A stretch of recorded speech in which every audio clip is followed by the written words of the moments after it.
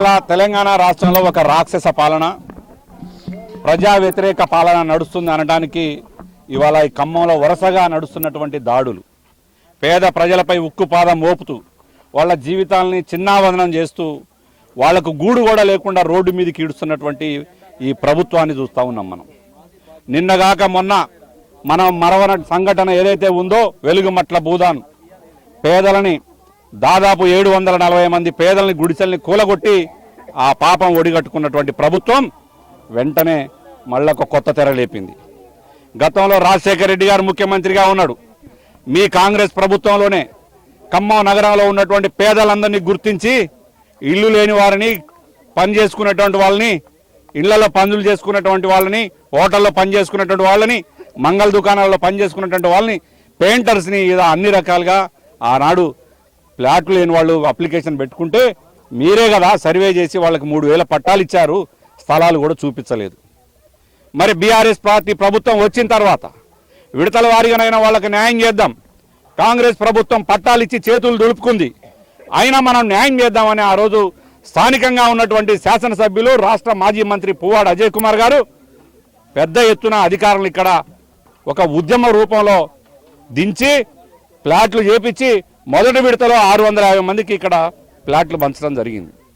ఫ్లాట్లు ఇవ్వటమే కాదు, అధికారులను మరి బోర్లు వేయాలని చెప్పి ఆదేశించడం, అప్పటికప్పుడు కరెంటు లైన్లు లాగాలంటే మొత్తం మనం చూస్తున్నటువంటి ప్రదేశంలో కూడా కరెంటు స్తంభాలు లాగి, వైర్లు కూడా లాగి, ట్రాన్స్ఫార్మర్లు కూడా పెట్టారు.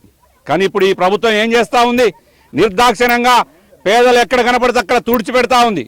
పేదల ఇల్లు ఉండటానికి వీలు లేదు, పేదలకు గూడు ఉండటానికి వీలు లేదు అనేటువంటి పద్ధతిలో ఇవాళ ఈ ఖమ్మం నగరంలో మరి కాంగ్రెస్ పార్టీ, ఇక్కడ ఉన్నటువంటి 3 మంత్రులు కూడా పేదలకు అన్యాయం జరుగుతూ ఉంటే నిలుచొని చూడటమే కాదు, ఇంకా బుల్డోజర్లను పంపి వాళ్ళ జీవితాలను చిన్నావనం చేస్తూ ఉన్నారు. మేము ఒకటే అడుగుతా ఉన్నాం ఈ ప్రభుత్వాన్ని, ఏ ప్రభుత్వాన్నైనా మన అందరం చూసాం, పేదలకు ఇల్లు కట్టించిన ప్రభుత్వాన్ని చూసాం, పేదలకు పట్టాలు ఇచ్చినటువంటి ప్రభుత్వాన్ని చూసాం. కానీ ఇదెక్కడ భాగవతం? మరి విచిత్రంగా ఉంది.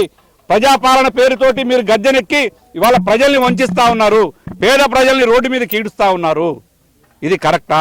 పాపం కొట్టుకొని పోరు, మీరు ఈ పాపాలు తగిలి మీ ప్రభుత్వం తొందరనే కూలబోతా ఉంది.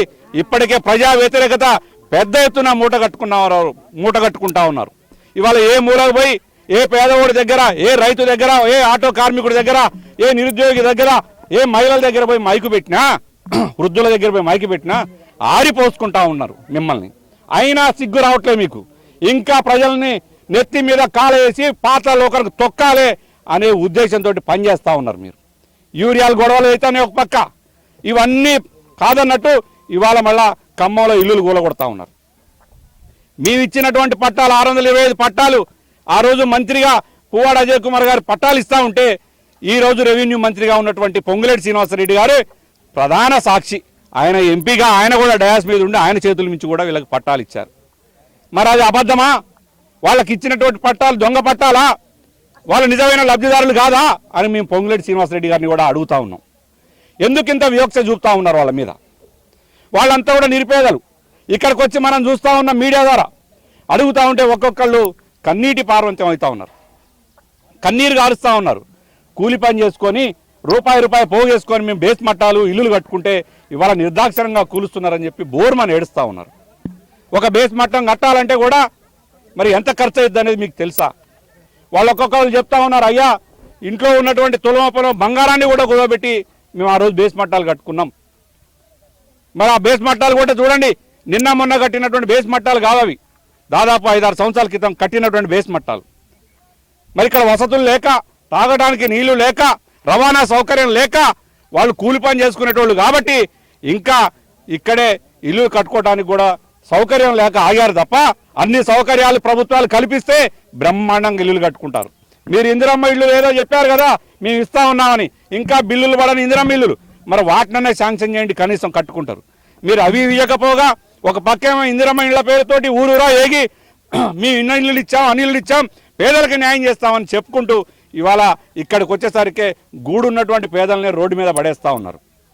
కాబట్టి పువ్వాడ అజయ్ కుమార్ గారు మరి ఖమ్మం నియోజకవర్గానికి 10 సంవత్సరాలు సేవలు అందించి ఎంతోమంది బలహీన వర్గాలు, ఎంతోమంది మనం చూసాం, మీడియా కూడా చూశారు, మీరు కూడా ప్రజలు కూడా చూశారు, గోళ్లపాడు ఛానల్ మీద మరి ఎన్నో సంవత్సరాలుగా మురికి కూపంలో ఉన్నటువంటి జనాన్ని అక్కడి నుంచి తరలించి దాదాపు 2-3 వేల మందికి మరి అక్కడి నుంచి లేపి ఈనాడు ఆఫీస్ దగ్గర మంచి విలువైనటువంటి స్థలాలను ఇచ్చి మౌలిక సదుపాయాలు కల్పించినటువంటి చరిత్ర బీఆర్ఎస్ పార్టీది. ఇక్కడ ఉన్నటువంటి మాజీ మంత్రి పువ్వాడ అజయ్ కుమార్ గారిది. కొన్ని వేల మందికి పట్టాలు ఇచ్చాం మేము ఖమ్మం నగరంలో.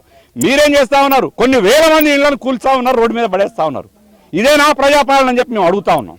మేము ఒకటే డిమాండ్ చేస్తా ఉన్నాం, ఇక్కడి నుంచి ఈ పేదలకు న్యాయం జరిగేంత వరకు ఏదైతే గతంలో భూదాన్ నిర్వాసితుల పట్ల నిలబడి బీఆర్ఎస్ పార్టీ ఏ విధంగా పోరాటం చేసింది, వాళ్ళ ఉద్యమాన్ని నీరుగార్చాలని చూస్తే బీఆర్ఎస్ పార్టీ వాళ్ళ పక్షాన నిలబడి పువ్వాడ అజయ్ కుమార్ గారికి పెద్ద ఎత్తున వాళ్ళకి ప్రతిరోజు మీరు ప్రభుత్వం నిర్వాసితులందరినీ కూడా అక్కడ పునరావాస కేంద్రాలకు పంపిస్తే మీరు భోజనాలు టిఫిన్లు పెట్టకపోయినా మేము పువ్వాడ ఫౌండేషన్ నుంచి పెద్ద ఎత్తున భోజనాలు ఏర్పాటు చేసి ఆ ఉద్యమాన్ని చెదరకోకుండా వాళ్ళతో పాటు ఉండి ఉద్యమాన్ని ముందుకు తీసుకుపోయి ఇవాళ వాళ్ళందరికీ పట్టాలు సాధించుకోవడంలో ఏ విధంగా అయితే పోరాటం చేశామో అదే పోరాట స్ఫూర్తితోటి ఇక్కడ ఉన్నటువంటి రామనాథపాలెం మండలంలో 218 సర్వే నెంబర్లో 625 మందికి పట్టాలు ఇచ్చారు. వాళ్ళందరికీ స్థలాలు చూపించేంత వరకు బీఆర్ఎస్ పార్టీ వాళ్ళ పక్షాన పోరాడుతుంది. దాన్ని ఎక్కడ దాకైనా తీసుకెళ్తాం, అవసరమైతే మేము మీ ముఖ్యమంత్రి దాకైనా పోగలుగుతాం తప్ప ఈ పట్టాలు సాధించే దాంట్లో ఎనికి బోయదని చెప్పి ఇక్కడ ఉన్నటువంటి 3 మంత్రులకు ప్రభుత్వాన్ని హెచ్చరిస్తా ఉన్నాం. రాబోయే 2-3 రోజుల్లో మాజీ మంత్రి పువ్వాడ అజయ్ కుమార్ గారి ఆధ్వర్యంలో త్వరలోనే కలెక్టర్ను కలవబోతా ఉన్నాం. కలెక్టర్ను కలిసిన తర్వాత అప్పటికి అధికారులు ఎటువంటి చర్యలు తీసుకోకపోతే ఖచ్చితంగా మా ఉద్యమాన్ని ముందుకు తీసుకుపోతాం పెద్ద ఎత్తున తెలియజేస్తూ జై తెలంగాణ సాధిస్తాం. రామనాథపాలెం మండలం 218 సర్వే నెంబర్లో